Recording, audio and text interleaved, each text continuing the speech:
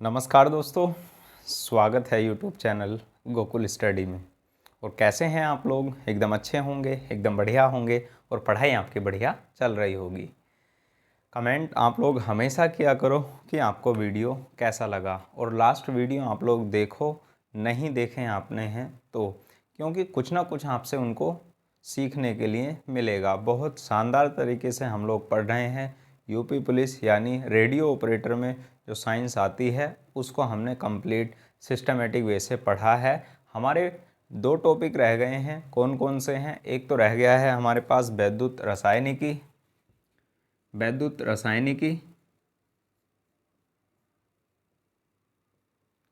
और दूसरे की हम लोग बात करें तो हमारे पास दूसरे टॉपिक हैं। एक तो हमारे पास कार्बनिक यौगिक, बहुत आसान है, क्या याद करना है, क्या एग्ज़ाम में आता है, उसके बारे में भी हम लोग बात करेंगे। और कार्बनिक यौगिक के बाद हम लोग बात करेंगे जो बहुलक होते हैं, बहुलक के बारे में बात करेंगे, या प्लास्टिक जो होते हैं उनके बारे में हम लोग बात करेंगे। क्या क्या एग्ज़ाम में हमारा सवाल बनते हैं उनके बारे में हम लोग बात करने वाले हैं। तो आज हम लोग पढ़ेंगे पहले कार्बनिक यौगिक, बहुलक और प्लास्टिक होते क्या हैं, कंप्लीट बहुत शानदार तरीके से। लास्ट ही वीडियो होंगे ये अपने, क्योंकि कंप्लीट हमने सिस्टम से उसको पढ़ लिया है जो साइंस है अपनी।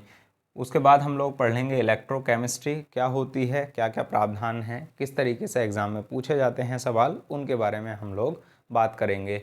तो आप लोग वीडियो को कंप्लीट ही देखना ताकि आपको कुछ ना कुछ सीखने के लिए मिले। तो कार्बनिक यौगिक की हम लोग बात करते हैं। ये दो टॉपिक ही हैं हमारे पास, एक को हम लोग आज कंप्लीट कर लेंगे यानी कार्बनिक यौगिक वाले को, और प्लास्टिक पॉलीमर क्या होते हैं हमारे, इनके बारे में हम लोग पढ़ लेंगे। तो यहाँ पर हम लोग बात करें कार्बनिक यौगिक की। कार्बनिक यौगिक होते क्या हैं और इंग्लिश में इनको क्या बोलते हैं? कार्बनिक यौगिक इंग्लिश में बोलते हैं हम लोग इनको organic compound. Organic compound, organic compounds होते क्या हैं? जैसा ही नाम में लिखा है, आप लोग देखो, जैसे नाम आप लोग पढ़ोगे, वे सभी यौगिक जिनमें हमारे कार्बन उपस्थित होता है उसको हम लोग क्या बोलते हैं? कार्बनिक यौगिक हम लोग बोलते हैं। परिभाषा की बात की जाए तो परिभाषा हमारे पास ये है कि वे सभी पदार्थ जिनमें कार्बन उपस्थित होता है, या वे यौगिक जिनमें कार्बन की मात्रा उपस्थित होती है, उनको हम लोग क्या बोलते हैं? कार्बनिक पदार्थ हम लोग बोलते हैं। ये अलग अलग रूप में हो सकते हैं, क्योंकि जैसे हम लोग बात करें पेट्रोलियम में भी हमारा कार्बन उपस्थित होता है, और खुद हम लोग ग्रेफीन की बात करें तो वहाँ भी कार्बन उपस्थित होता है। पर ग्रेफीन तो एक कार्बन का अपर रूप ही है, तो उसके बारे में हम लोग अलग से बात नहीं करेंगे। पर यौगिक यहाँ पर जुड़ा है तो वहाँ पर क्या आएगा कि जिसमें हमारा कार्बन उपस्थित हो तो वह क्या होगा? कार्बनिक यौगिक कहलाएगा। कौन कौन से हैं, एग्ज़ाम में कौन से पूछे जाते हैं, उनके हम लोग नाम लिख लेंगे, और कुछ के हम लोग फॉर्मूले भी लिख लेंगे जो इम्पोर्टेंट हैं। बाकी यही आसान सवाल एग्ज़ाम में बनते हैं। तो वे यौगिक जिनमें जिनमें कार्बन की मात्रा उपस्थित होती है, कार्बन की मात्रा उपस्थित होती है,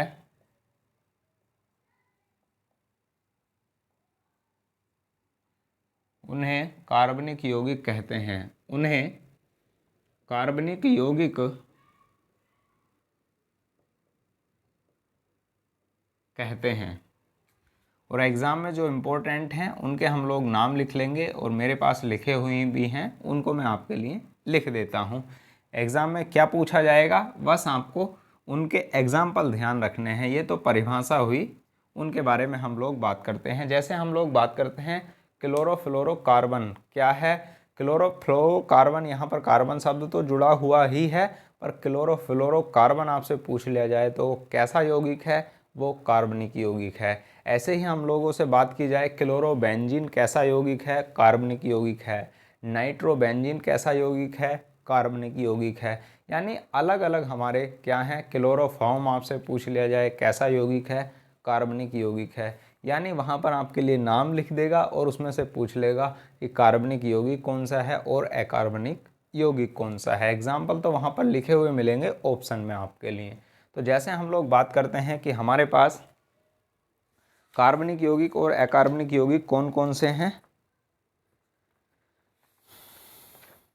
जैसे हम लोग बात करते हैं सबसे पहले आयोडोफॉर्म। आयोडोफॉर्म ये कैसा यौगिक है? ये है हमारे पास कार्बनिक यौगिक, और इसके फॉर्मूले की बात की जाए तो क्या फॉर्मूला है? CH3। ये हमारे पास फॉर्मूला है इसका आयोडोफॉर्म का। उसके बाद हम लोग अगले की बात करते हैं तो हमारे पास क्लोरोफ्लोरोकार्बन। क्लोरोफ्लोरोकार्बन ये कैसा यौगिक है? ये भी हमारे पास कार्बनिक यौगिक है। और CFC इसका हम लोग फॉर्मूला लिखते हैं। उसके बाद हम लोग बात करें कार्बन टेट्राक्लोराइड। कार्बन टेट्राक्लोराइड ये कैसा यौगिक है? ये हमारे पास कार्बनिक यौगिक है और इसका फॉर्मूला होता है CCl4। उसके बाद हम लोग यहाँ पर बात करें एनिलीन। एनिलीन, और एनिलीन का फॉर्मूला क्या होता है? C6H5NH2। हमारे पास किसका फॉर्मूला होता है? एनिलीन का फॉर्मूला होता है। उसके बाद हम लोग बात करें नाइट्रोबेंजीन। नाइट्रोबेंजीन किस में शामिल होता है हमारे पास? नाइट्रोबेंजीन भी हमारा कार्बनिक यौगिक है और इसके फॉर्मूले की बात की जाए तो C6H5NO2 हमारे पास किसका फॉर्मूला होता है? ये नाइट्रोबेंजीन का। उसके बाद हम लोग बात करें एसिटामाइड। एसिटामाइड, और इसके फॉर्मूले की हम लोग बात करें तो इसका फॉर्मूला होता है CH3CONH2। हमारे पास क्या है? एसिटामाइड का फॉर्मूला होता है। उसके बाद हम लोग यहाँ पर बात करें जैसे और हमारे पास लिखे हैं क्लोरोबेंजीन।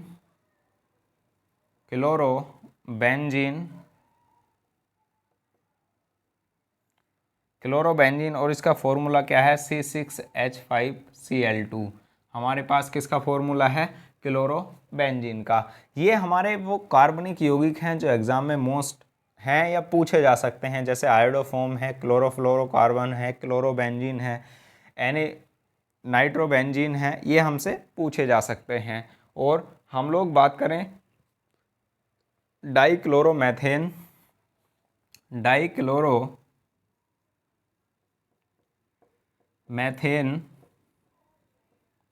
ये हमारे पास क्या है? ये भी कार्बनिक यौगिक है और इसका फॉर्मूला हमारे पास होता है CH2Cl2। ये किसका फॉर्मूला है? ये फॉर्मूला है डाइक्लोरोमेथेन का।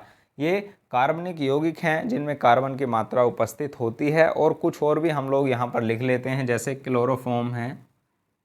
क्लोरोफॉर्म भी कैसा यौगिक है? हमारे पास कार्बनिक यौगिक है। इस बात को आप लोग याद रखना, ये इम्पोर्टेंट है। और अगले की हम लोग यहाँ पर बात करें तो अगला हमारे पास क्या है? अगला हमारे पास लिखा हुआ है ल्यूसाइट।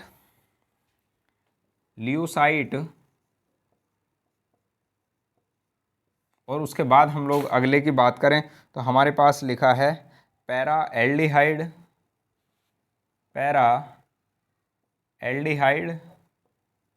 और अगले की हम लोग बात करते हैं तो हमारे पास लिखा है यूरोट्रोपिन। ये कैसे यौगिक हैं? ये वो यौगिक हैं जिनमें कार्बन की मात्रा उपस्थित होती है और एग्ज़ाम में पूछे जा सकते हैं। ध्यान आप लोग इनका रखना, ये एग्ज़ाम के पॉइंट ऑफ व्यू से मोस्ट इम्पोर्टेंट हैं। इस बात को आप लोग याद रखना। बाकी या तो आप लोग सारे ही रखोगे तो निशान लगाने की तो कोई ज़रूरत है ही नहीं। बस ये ध्यान आपको रखना है कि जिसमें कार्बन की मात्रा उपस्थित है वह कैसा यौगिक है? कार्बनिक यौगिक है। और जिसमें कार्बन की मात्रा अनुपस्थित है या उपस्थित नहीं है उसको हम लोग क्या बोलते हैं? अकार्बनिक यौगिक। इतना आप लोग ध्यान रखना। इसका आप लोग स्क्रीनशॉट लीजिए। ये हमारे कार्बनिक यौगिक हैं, ऑर्गेनिक कंपाउंड हैं जिनके बारे में हमने बात की। अब हम लोग बात करेंगे किसके बारे में? पॉलीमर प्लास्टिक होते क्या हैं उनके बारे में हम लोग बात करेंगे। कितने प्रकार हैं उनके, उन सभी के बारे में हम लोग बात कर लेंगे।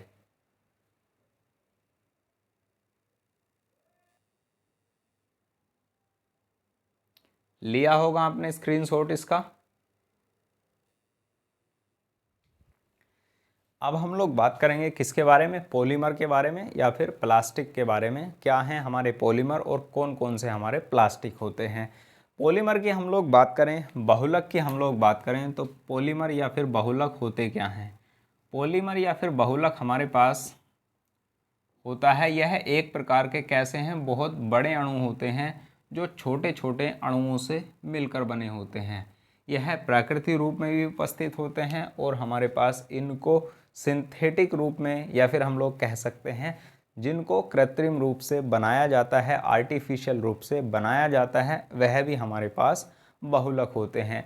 जैसे हम लोग यहाँ पर बात करें कि एक छोटे छोटे अणुओं से मिलकर हमारे पास क्या बनता है, एक बहुलक बनता है। और कौन से बहुलक हमारे शामिल होते हैं प्राकृतिक बहुलक में और कौन से बहुलक हमारे शामिल होते हैं संश्लेषित या फिर हम लोग कह सकते हैं सिंथेटिक पॉलीमर में।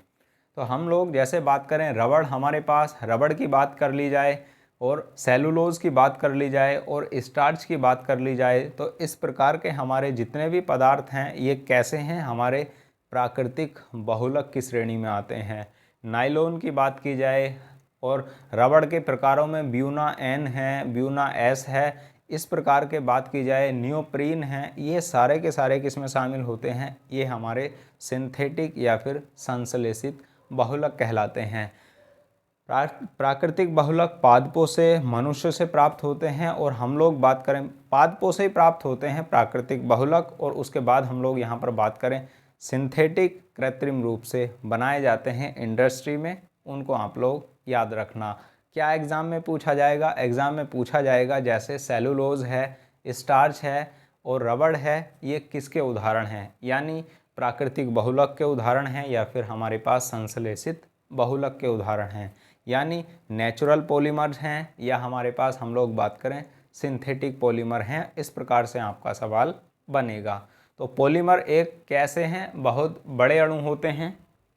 पॉलीमर या बहुलक एक बृहत अणु हैं जो छोटे छोटे अणुओं से, जो छोटे छोटे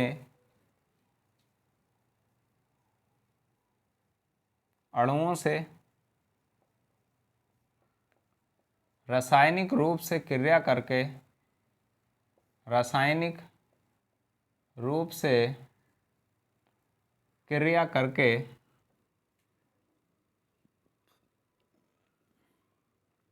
बनते हैं। और यह दो प्रकार के होते हैं, यह दो प्रकार के होते हैं। कौन कौन से हैं दो प्रकार उनके बारे में हम लोग बात करें तो एक प्रकार हमारे पास प्राकृतिक बहुलक का होता है, प्राकृतिक बहुलक, और दूसरा हमारे पास कैसा होता है, दूसरा होता है संश्लेषित बहुलक, संश्लेषित बहुलक। और यहाँ हम लोग बात करें नेचुरल पॉलीमर,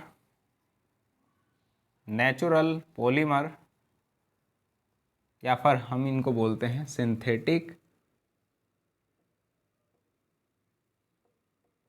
पॉलीमर।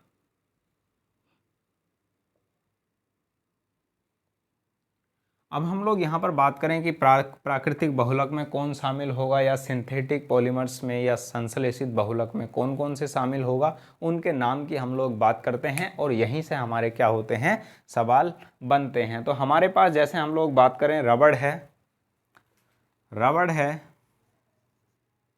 रबड़ किस में शामिल होता है, प्राकृतिक बहुलक में। स्टार्च है, किस में शामिल होता है, प्राकृतिक बहुलक में। सेलुलोज है, किस में शामिल होता है, सेल्यूलोज हमारा किस में शामिल होता है, ये सारे के सारे हमारे प्राकृतिक बहुलक में शामिल होते हैं। और उसके बाद हम लोग यहाँ पर बात करें ना, जो संश्लेषित या फिर सिंथेटिक हमारे पास बहुलक हैं वो कौन कौन से होते हैं, उनके बारे में हम लोग बात करते हैं। जैसे हमारे पास है नाइलॉन है, नाइलॉन है, किस में शामिल होता है, संश्लेषित या फिर सिंथेटिक पॉलीमर में। बेकेलाइट है, बेकेलाइट है, किस में शामिल होता है हमारे पास, ये भी हमारा सिंथेटिक या फिर सिंथेटिक पॉलीमर में शामिल होता है। उसके बाद हम लोग यहाँ पर बात करें, ब्यूना एन है, ब्यूना एस है, ब्यूना एन रबड़ का एक प्रकार है, ब्यूना एन, और दूसरा हमारे पास रबड़ का ही ये प्रकार है ब्यूना एस। ये हमारे किस में शामिल होते हैं, ये शामिल होते हैं हमारे सिंथेटिक पॉलीमर में। और कि हम लोग बात कर लेते हैं तो और हमारे पास, जैसे हम लोग बात करें, हमारे पास हैं नियोप्रीन, नियोप्रीन, और उसके बाद हम लोग यहाँ पर बात करें पॉलीथीन, पॉलीथीन, ये किस में शामिल होते हैं, ये सारे के सारे हमारे सिंथेटिक पॉलीमर में शामिल किए जाते हैं। उसके बाद हम लोग और पॉलीमर्स की बात करें तो हमारे पास हैं polystyrene, polyethylene, polystyrene, polystyrene, polyethylene, ethylene, ये किस में शामिल होते हैं, ये सारे हमारे संश्लेषित या फिर सिंथेटिक पॉलीमर में शामिल होते हैं। उसके बाद हम लोग यहाँ पर बात करें, जैसे टेफ्लॉन है, टेफ्लॉन किस में शामिल होगा हमारा, टेफ्लॉन भी हमारे पास संश्लेषित बहुलक में या फिर सिंथेटिक पॉलीमर में शामिल होगा। उसके बाद हम लोग बात करें urea formaldehyde plastic, urea formaldehyde plastic, यहाँ पर लिख देता हूँ मैं उसका नाम, यूरिया फॉर्मेल्डिहाइड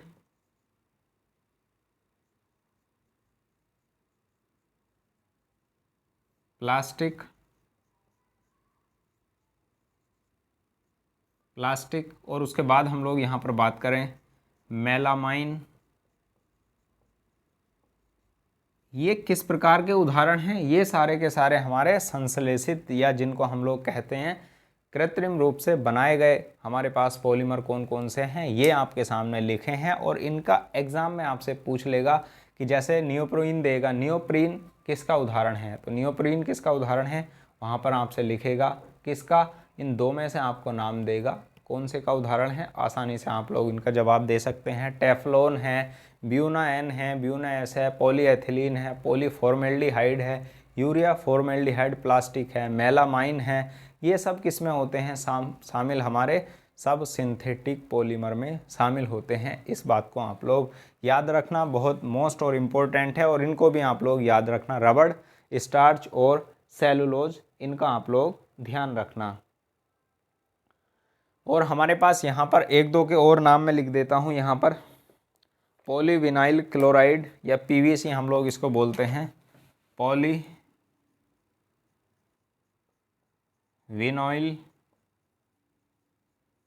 क्लोराइड किसमें शामिल होते हैं, ये हमारे शामिल होते हैं सिंथेटिक पॉलीमर में। और एक दो का नाम और लिख देते हैं, पॉलीप्रोपीन,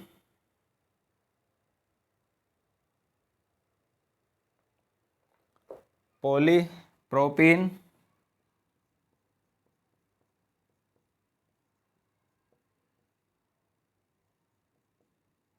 पॉलीप्रोपीन।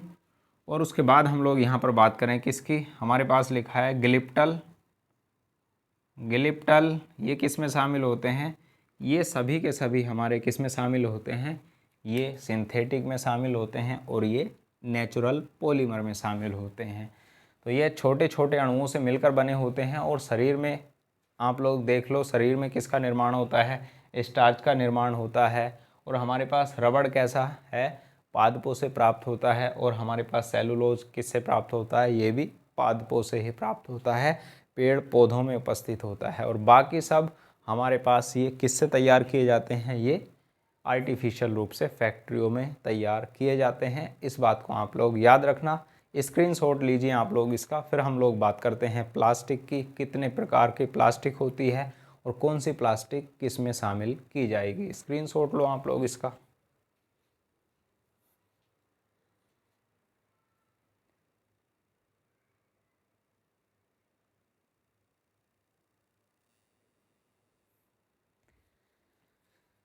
अब हम लोग किसकी बात करते हैं? अब हम लोग बात करते हैं प्लास्टिक की। प्लास्टिक क्या होते हैं? तो प्लास्टिक की बात की जाए तो प्लास्टिक भी एक प्रकार के क्या हैं? प्लास्टिक भी एक प्रकार के हमारे पास कार्बनिक यौगिक हैं। प्लास्टिक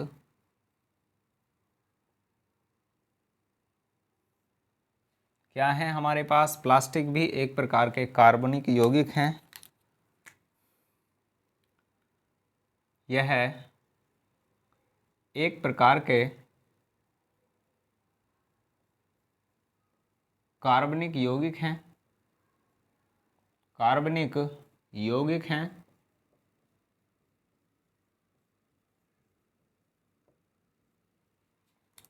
और इनका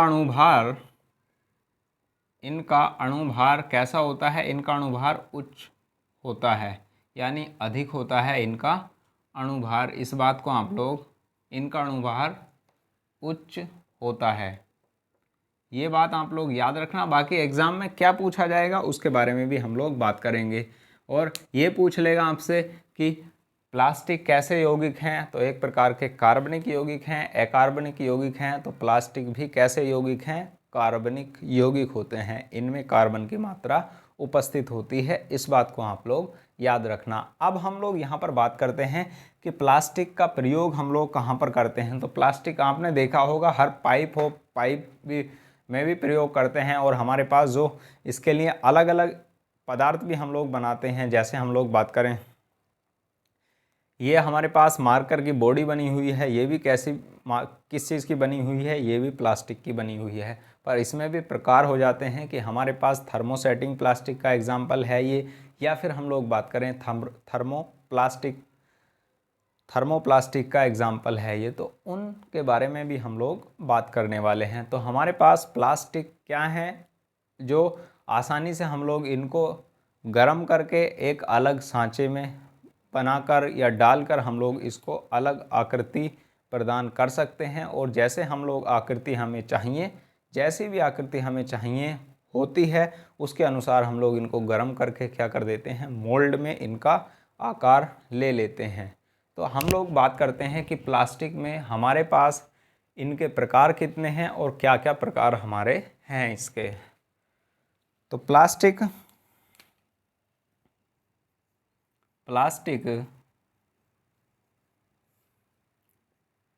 गर्म करने पर मुलायम हो जाते हैं तथा इनको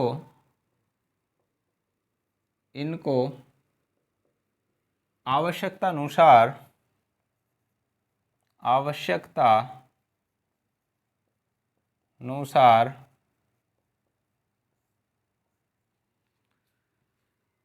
आकृति में ढाल सकते हैं। आकृति में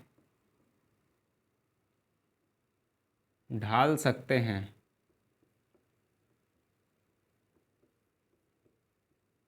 और ये भी कितने प्रकार के होते हैं? ये भी 2 प्रकार के होते हैं। इनके कितने प्रकार हैं? 2 प्रकार हैं। और कौन कौन से हैं हमारे पास, उनके बारे में हम लोग बात करें तो हमारे पास एक प्रकार होता है प्राकृतिक प्लास्टिक और एक प्रकार होता है कृत्रिम प्लास्टिक। एक प्रकार कैसा है? प्राकृतिक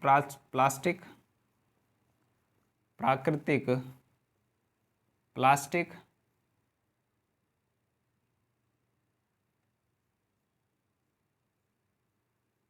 जिसको हम लोग बोलते हैं नेचुरल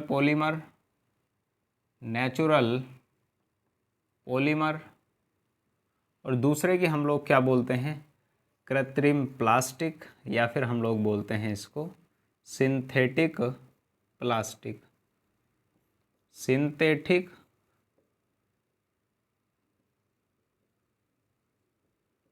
प्लास्टिक। ये पॉलीमर लिख दिया, इसको प्लास्टिक लिखना।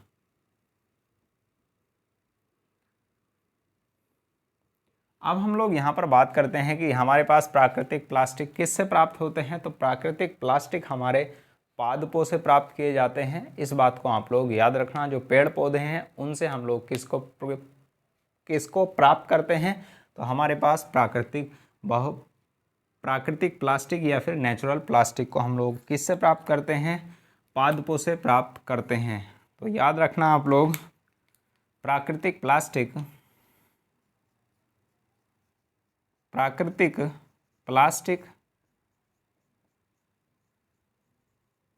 हमारे पास किससे प्राप्त होते हैं? यह पादपों से प्राप्त किए जाते हैं, पादपों से प्राप्त किए जाते हैं। और कौन कौन से हैं हमारे पास जिनकी हम लोग यहाँ पर बात करें कि हम लोग इनको, आप लोग दो लिख लेना, ये वाला 2 प्रकार हैं इनके। 2 प्रकार कौन कौन से हैं लिखे हैं आपके सामने, प्राकृतिक और कृत्रिम। कृत्रिक नहीं, कृत्रिम, सिंथेटिक। तो हमारे पास पादपों से प्राप्त किए जाते हैं और कौन कौन से हैं उनके, जैसे हम लोग यहाँ पर बात करें, रबड़ भी एक प्रकार का क्या है हमारे पास? प्लास्टिक होता है। ये पॉलीमर भी किस में शामिल होते हैं हमारे पास? प्लास्टिक में ही शामिल किए जाते हैं कुछ भाग इनके। उसके बाद हम लोग बात करें रबड़ के बाद हमारे पास सेलुलोज किस में शामिल होता है? सेल्यूलोज हमारे पास प्राकृतिक प्लास्टिक का ही एग्जाम्पल है। ये आपसे अलग अलग तरीके से पूछ सकता है, चाहे पॉलीमर से आपसे पूछ ले या फिर आपको डायरेक्ट प्लास्टिक देकर ही पूछ ले, तो आपके आंसर क्या होंगे? रबड़ और हमारे पास सेलुलोज किसके एग्जाम्पल हैं? प्राकृतिक प्लास्टिक के। और हमारे पास बहुलक की बात की जाती है तो प्राकृतिक बहुलक के ये एग्जाम्पल हैं। इनके बारे में हम लोग बात करें, कृत्रिम प्लास्टिक क्या होती हैं? तो वे प्लास्टिक जो कृत्रिम रूप से बनाई जाती है और जिनको इंडस्ट्री में हम लोग बनाते हैं, उनको हम लोग क्या बोलते हैं? कृत्रिम या फिर सिंथेटिक प्लास्टिक। यह 2 प्रकार की होती है, एक तो थर्मोप्लास्टिक और एक होती है थर्मोसेटिंग प्लास्टिक। क्या हैं उनके बारे में हम लोग बात करते हैं। पहले आप लोग इसका स्क्रीनशॉट लो, फिर हम लोग उन 2 के बारे में बात करते हैं।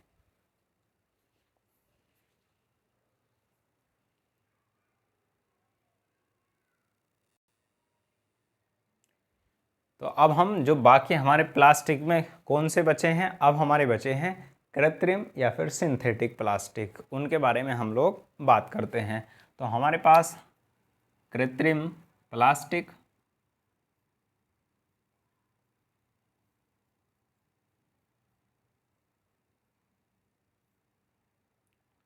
कौन कौन से हैं? कृत्रिम प्लास्टिक, उनके बारे में हम लोग बात करते हैं। अब जैसे हम लोग बात करें, प्लास्टिक हमारे कितने प्रकार के हैं? 2, एक तो प्राकृतिक और एक कृत्रिम। और इसके भी हमारे पास सिंथेटिक प्लास्टिक के भी 2 प्रकार होते हैं। 2 प्रकार कौन कौन से हैं? 2 प्रकार हैं हमारे पास। एक तो हमारे पास है थर्मोसेटिंग प्लास्टिक, थर्मोप्लास्टिक है एक। और दूसरे की हम लोग यहाँ पर बात करें तो दूसरा है हमारे पास थर्मोसेटिंग प्लास्टिक, थर्मोसेटिंग प्लास्टिक। अब यहाँ पर बात करें हम लोग, इसमें अंतर क्या है? इन दोनों में, इनमें अंतर क्या है? अंतर की हम लोग बात करें तो कृत्रिम प्लास्टिक कहाँ पर तैयार किए जाते हैं? इंडस्ट्री में तैयार किए जाते हैं, बिल्कुल ठीक है। थर्मोप्लास्टिक की हम लोग बात करें, थर्मोप्लास्टिक वे प्लास्टिक होते हैं जिनको गर्म करने पर हम लोग मुलायम कर सकते हैं और हम उनको अपनी इच्छानुसार आकृति में ढाल सकते हैं। यदि उनको दोबारा गर्म किया जाता है तो वह मुलायम हो जाते हैं और अपनी दूसरी आकृति को भी प्राप्त कर लेंगे। जबकि हम लोग थर्मोसेटिंग प्लास्टिक को केवल और केवल एक बार ही गर्म करके उसको सांचा दे सकते हैं और यदि उसको वापस से गर्म किया जाता है तो वह प्लास्टिक क्या हो जाता है? मुलायम नहीं होता बाद में। इस बात को आप लोग याद रखना। अंतर इतना है, ये दोबारा इनको गर्म किया जाएगा तो ये मुलायम होकर अपनी आकृति में दोबारा बदले जा सकते हैं, लेकिन थर्मोसेटिंग प्लास्टिक अपनी आकृति में दोबारा नहीं बदले जा सकते। ये एक बार में ही गर्म करके इनको बनाया जाता है और दोबारा इनको गर्म किया जाता है तो ये वापस मुलायम नहीं होते और अपनी आकृति को छोड़ देते हैं गर्म होने के बाद, पर इनको वापस से मुलायम नहीं किया जा सकता और दूसरी आकृति में नहीं बदला जा सकता। ये अंतर होता है किस में? थर्मोसेटिंग प्लास्टिक में। इस बात को आप लोग याद रखना। तो हमारे पास क्या है, इनको गर्म करने पर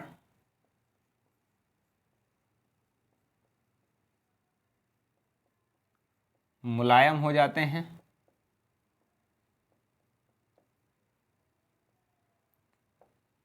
और इनको भी, ये भी गर्म करने पर कैसे हो जाते हैं, पहली बार में ये गर्म करने पर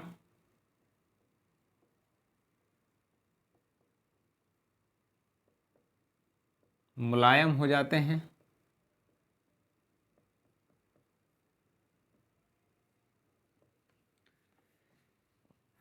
दोबारा गर्म करने पर, दोबारा गर्म करने पर मुलायम हो जाते हैं।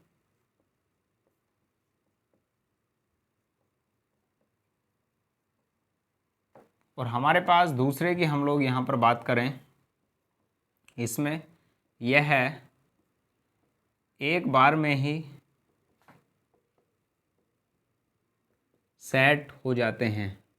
इनको वापस से हम लोग क्या नहीं कर सकते हैं, मुलायम नहीं कर सकते हैं। इस बात को आप लोग याद रखना। अभी एग्जाम्पल हम लोग लिखेंगे कौन कौन से एग्जाम्पल इसमें शामिल होते हैं। अब हम लोग यहाँ पर बात करें, इनको दोबारा गर्म करके हम लोग इनको मुलायम कर सकते हैं और अपनी आकृति में बदल सकते हैं। अब हम लोग बात करें कि कौन कौन से प्लास्टिक हैं जो थर्मोप्लास्टिक में शामिल होते हैं और जो थर्मोसेटिंग प्लास्टिक में शामिल होते हैं। तो हमारे पास जैसे हम लोग बात करें, पॉलीथीन है।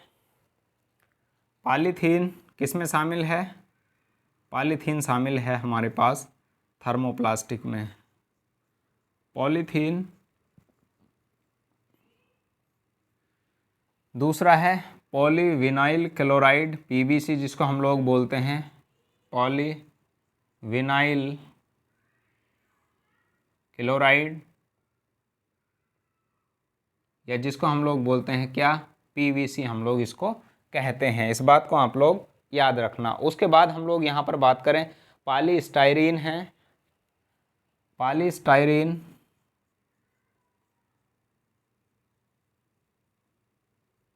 किस में शामिल होता है, हमारे पास थर्मोप्लास्टिक में शामिल होता है। उसके बाद नाइलॉन है, टेफ्लॉन है। नाइलॉन, टेफ्लॉन, ये सब किस में शामिल होते हैं, ये सब हमारे पास किस में शामिल होते हैं, थर्मोप्लास्टिक में शामिल होते हैं। इस बात को आप लोग याद रखना। दूसरे की हम लोग बात करें, सेल्यूलाइड। सेल्यूलाइड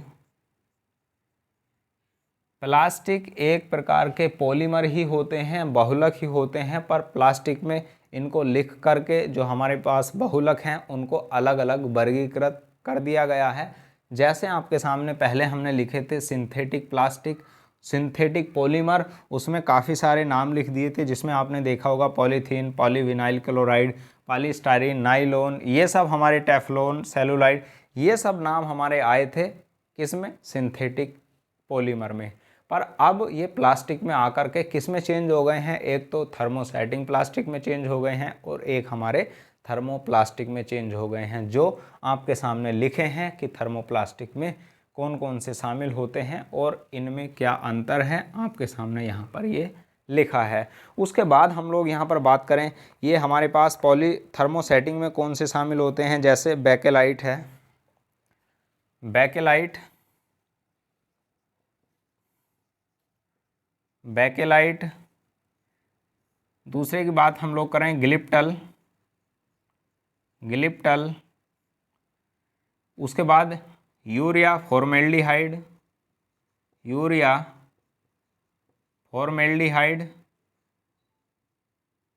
किसमें शामिल होता है, प्लास्टिक, यूरिया फॉर्मेल्डिहाइड प्लास्टिक, ये किस में शामिल होता है, हमारे पास ये सब थर्मोसेटिंग प्लास्टिक में शामिल होते हैं। उसके बाद हम लोग बात करें, पॉलिस्टर है, पॉलिस्टर, वीटल, इनको आप लोग, उसके बाद हम लोग यहाँ पर बात करें क्या है, पॉलिस्टर, और उसके बाद हम लोग यहाँ पर बात करें क्या है, वीटर। ये सब किस में शामिल होते हैं, ये हमारे पास थर्मोसेटिंग में शामिल होते हैं।